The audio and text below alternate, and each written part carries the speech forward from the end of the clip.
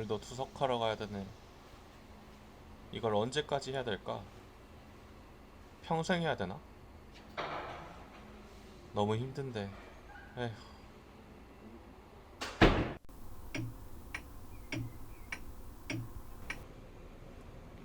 일주일에 3번이나 투석을 받아야 된다니.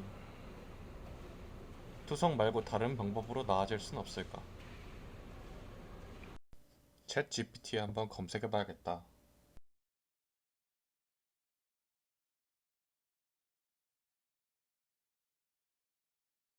어? 신장 이식? 다음번 외래 진료 때 가서 여쭤봐야겠다.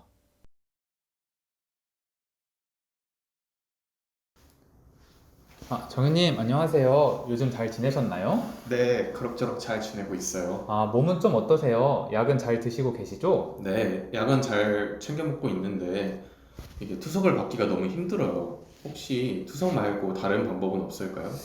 투석 때문에 많이 힘드셨겠군요. 그러면 제가 오늘 검사 결과 나온 거 보고 한번 말씀해 드릴게요.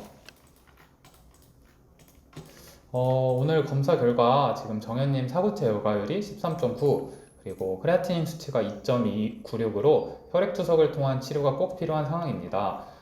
그러나 정현님 같은 경우에는 나이도 젊으시므로 신장 이식도 한번 고려할 수 있을 것 같습니다. 신장 이식이요? 네, 혹시 신장 이식에 대해서 더 자세히 알고 싶으신가요? 네, 궁금해요. 그러면 이식 전문가인 이혜지 선생님과 함께 신장 이식에 대해 알아볼까요? 네, 좋아요. 안녕하세요. 신장이식 전문가 이예지입니다. 안녕하세요. 이식 전문가님, 신장 이식에는 어떤 장점이 있나요? 혈액투석은 일주일에 3번 정도 4~5시간씩 투석실에서 보내야 하고 식습관의 제한과 투석 후에 피로감이나 허약감이 있어서 아무래도 삶의 질에 많은 영향을 미치기 마련입니다. 신장 이식의 경우에 말기 신부전 환자에서 가장 이상적인 치료법으로 수술 후에는 더 이상 투석을 하지 않아도 되고 식이 제한도 많이 줄어들기 때문에 삶의 질을 향상시킵니다. 그러면 투석 치료와 비교했을 때 생존율에도 이점이 있나요? 네, 혈액투석의 5년 생존율이 61%인 것에 비해서 신장이식 환자의 경우 5년 생존율이 94%, 11년 생존율이 87%로 이점이 있는 것을 알 수 있습니다. 나이가 젊을수록 투석 기간이 짧을수록 29 생존율이 증가하며 기저질환으로 고혈압, 당뇨, 심혈관계 질환이 없다면 전반적인 생존율은 증가합니다. 그럼 저도 신장 이식을 받을 수 있나요? 신장 이식 수혜자의 경우 악성 종양, 치료가 필요한 급성 감염, 심한 정신질환 및 약물 중독, 규칙적 약물 복용이 불가능한 환자, 간 경화증, 활동성 허혈성 심장 질환이 없다면 이식 대상자로 얼마든지 가능합니다. 절대적 연령 제한은 없지만 65세 이상은 투석 치료 효과와 비교하고 동반 질환 유무를 검토한 후 결정합니다. 신장 이식의 종류에는 생체 신장 이식과 뇌사자 신장 이식이 있습니다.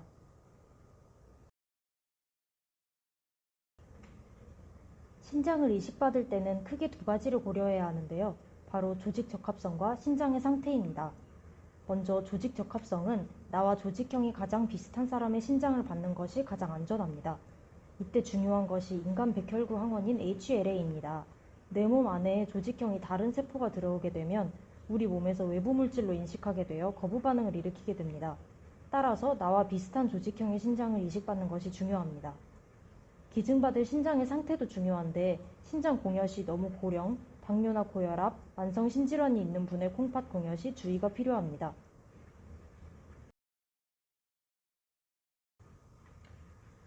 그럼 혈액형이 달라도 이식이 가능한가요? 과거에는 혈액형이 일치하여야 신장 이식이 가능하였으나 의학의 발전으로 인하여 혈액형이 같지 않더라도 탈감장요법으로 이식이 가능하게 되었습니다. 혈액형 불일치 이식도 매년 증가 중이며 우수한 생존율을 보이고 있습니다.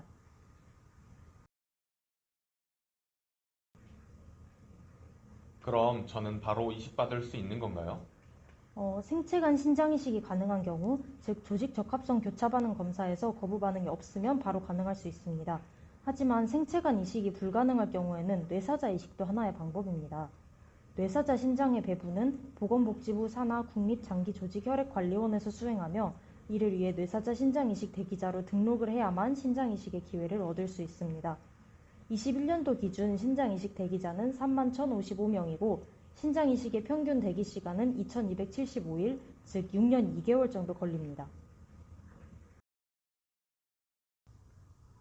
뇌사자 심장 수혜자는 법에 따라 객관적이고 공정한 기준으로 국립장기조직혈액관리원에서 선정합니다. 선정은 대기 기간, 지역, 혈액형, 조직적합항원 일치수, 교차검사 결과 2회 이상 양성 반응 여부, 과거 장기기증 여부, 친족의 뇌사자 장기기증 여부 등에 의해 결정됩니다. 뇌사기증자 발생 시 5배수인 10명의 우선 수혜자를 선정하고 뇌사자와 수혜자의 피를 섞어 거부 반응 검사를 시행합니다. 음성 결과가 나온 사람 중 2명이 최종 수혜자로 선정되며 1순위 수혜자가 거절할 시 2순위 수혜자가 신장을 받습니다. 그러나 예외적으로 뇌사자와 혈액형, 조직형이 100% 일치하는 사람이 있는 경우에는 대기 기간, 지역에 상관없이 1순위로 수혜자가 되기도 합니다. 아, 그렇군요. 정현님, 수술 후 주의사항에 대해서는 제가 설명해 드릴게요.